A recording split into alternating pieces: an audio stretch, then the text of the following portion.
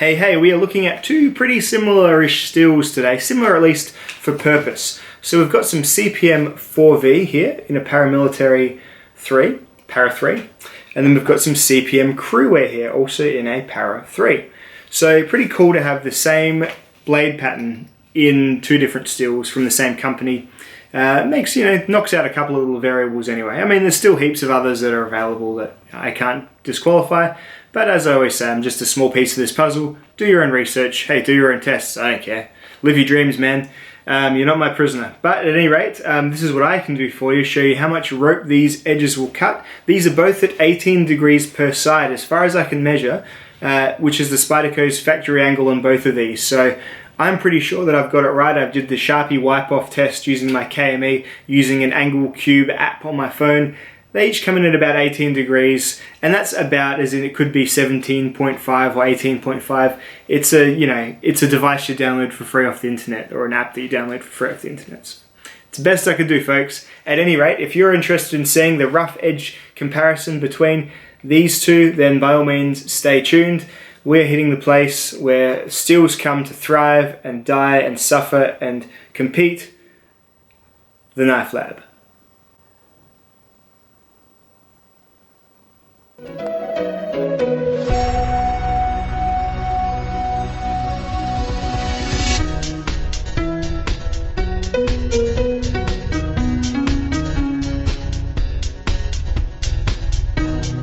And it's a good one.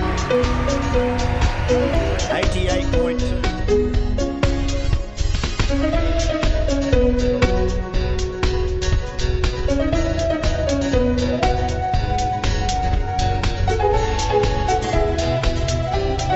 So if this is your first visit to the Knife Lab, welcome. This is my shed, and it is what I call it when I'm doing my knife-based experiments.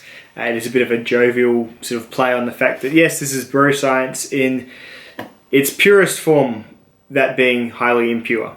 So this test involves me cutting lengths of twisted sisal rope.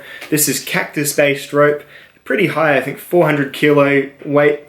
Good for light lifting and towing and things like that. It's cactus based, so it's organic, so it's not terrible for the environment. That being said, it doesn't take a flame, which is always kind of giving me the creeps, because everyone always says you should make fire starters using all the excess stuff, and it just doesn't take a flame. So there's something going on with the twisted sisal, but I preferred it to plastic, so I used that. Anyway, we cut the rope and we periodically test if the knife still does this, cutting into a piece of paper. Once the knife stops, and I'll see if I've got a knife in my pocket. I've been reviewing this one, this North Arm Skaha. This might do it now.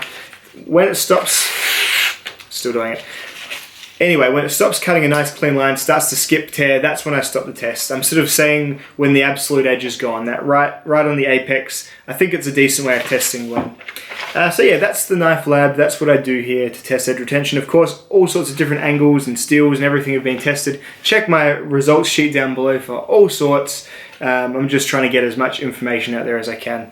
And as I always say, I'm not the one-stop shop. There's plenty of other dudes out there doing the same stuff. Their results will differ from mine. They'll match mine up. We're all individual folks with all different margins for error. But you can always do your own testing too, if you don't want to take any of our words for it. Also, thank you while I'm on the subject to Laren from Knife Steel Nerds.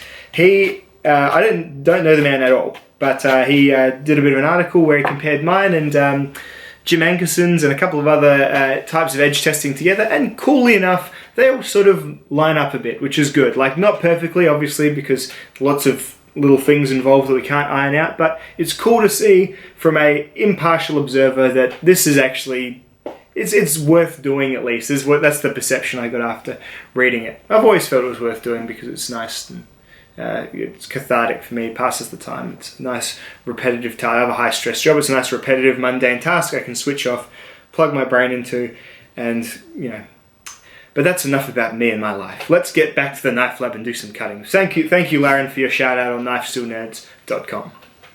Anyway, let's get to the testing. First will be CPM CrewWear.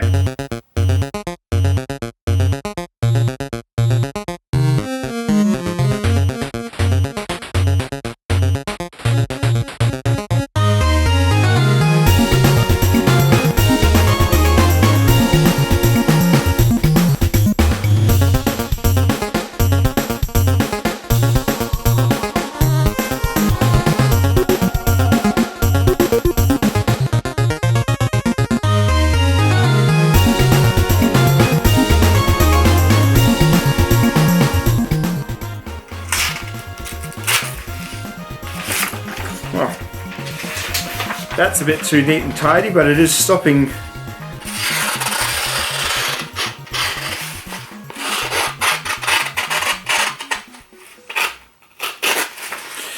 It is stopping at 300 on the dot, so usually it's usually it doesn't sneak up on me like that, but there you go, 300, and yes, the edge is no longer reliably slicing a piece of paper on the CruWear knife.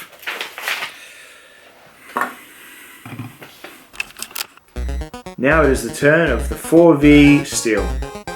Can it beat 300 on its factory edge?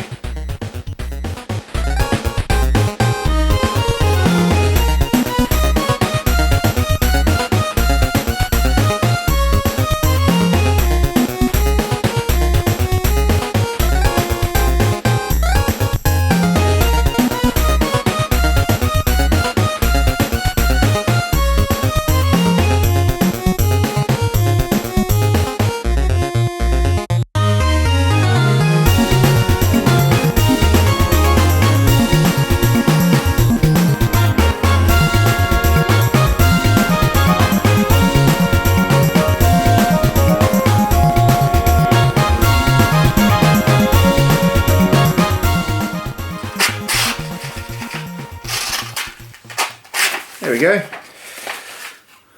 Quite decisively stopping at 370 cuts. Youch! Sisal fibre splinters, not pleasant. So you're looking at 70 more cuts. An increase of, about, what are we looking at fraction-wise? Maybe 20% increase in edge retention as far as these two edges going between 4V and CPM CrewWear.